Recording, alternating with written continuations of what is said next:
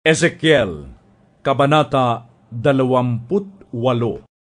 Sinabi sa akin ni Yahweh, Ezekiel, anak ng tao, sabihin mo sa pinuno ng Tiro na ito ang ipinapasabi ko sa kanila. Sa iyong kapalaluan ay sinabi mong isa kang Diyos. Nakaluklok kang parang Diyos sa gitna ng karagatan, bagamat ang totoo'y hindi ka Diyos, kundi tao lamang. Pinipilit mong abutin ang isipan ng isang Diyos. Akala mo'y matalino ka pa kay Daniel. Akala mo'y alam mo ang lahat ng bagay, kahit paanong lihim. Sa dunong mo't kaalaman ay nagkamal ka at nakapagbunto ng pilak at ginto? Sa iyo ngang nalalaman sa larangan ng kalakal, patuloy na lumaki ang iyong kayamanan. Dahil dito, naging palalo ka. Kaya naman, ito ang ipinapasabi ng Diyos na si Yahweh. Pagkat pilit mong ipinapantay sa Diyos ang sarili, ipapalusob kita sa pinakamalupit na kaaway sa daigdig. Wawasakin nila ang lahat ng ari-arian mo na pawang kinamtan sa tusong pamamaraan. Ihuhulog kanya sa walang hanggang kalaliman. Papatayin at ihahagis sa pusod ng dagat. Sa harap kaya ng mga papatay sa iyo, ay masabi mo pang, ikaw ay Diyos? Doon mo malalamang ikaw pala ay tao lang at may kamatayan. Parang aso kang papatayin ng mga dayuhan. Akong si Yahweh ang may sabi nito. Sinabi sa akin ni Yahweh, Ezekiel, anak ng tao, tangisan mo ang sasapitin ng hari ng Tiro. Sabihin mong, ito ang ipinapasabi ko. Ikaw ay larawan ng kasakdalan, puspos ng kaalaman.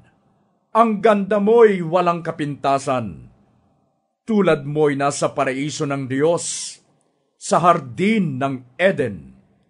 Nababalot ka ng iba't ibang uri ng batong mamahalin, sardio, topaz, at diamanteng nagniningning, berilo, onise, at jasper na walang kahambing, safiro, esmeralda, at karbungko.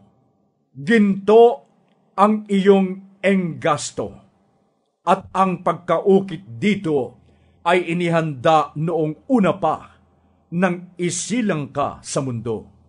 Kerubin ang itinalaga kong magbabantay sa iyo.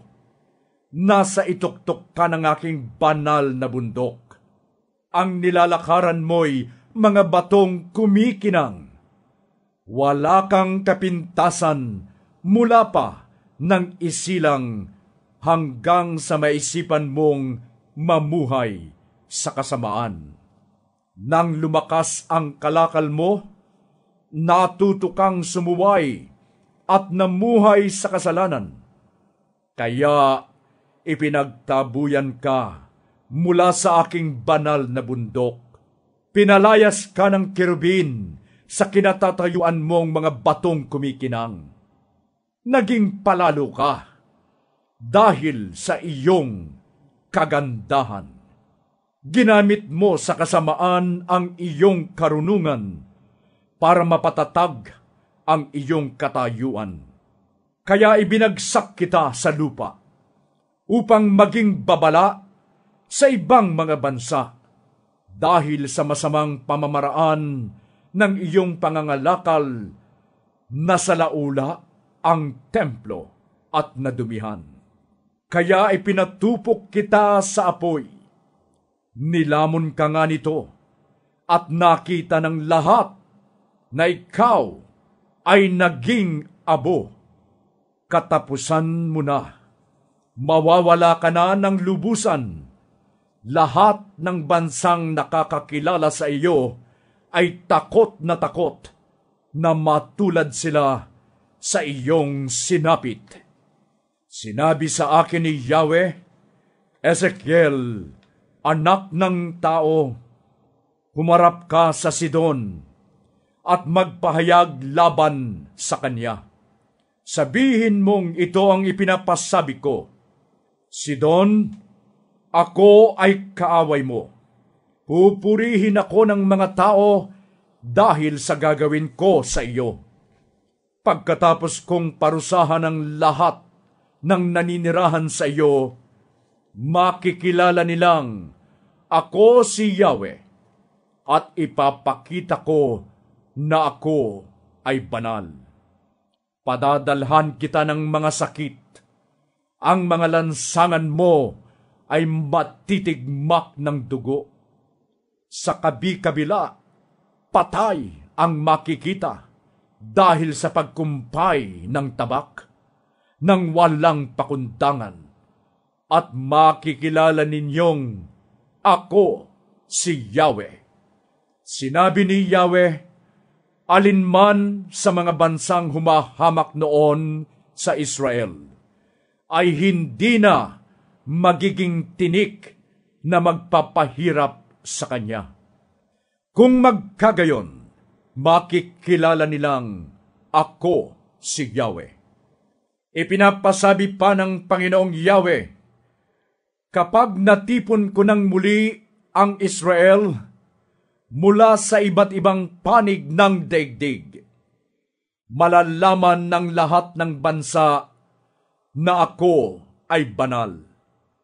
Sila'y maninirahan na sa kanilang tunay na lupain, sa lupaing itinalaga ko sa aking lingkod na si Jacob.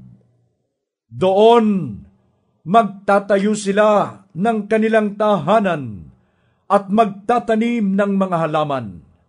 Payapa silang makakapanirahan doon matapos kong parusahan ang mga karatig bansa na humamak sa kanila. Sa gayon, makikilala nilang ako si Yahweh.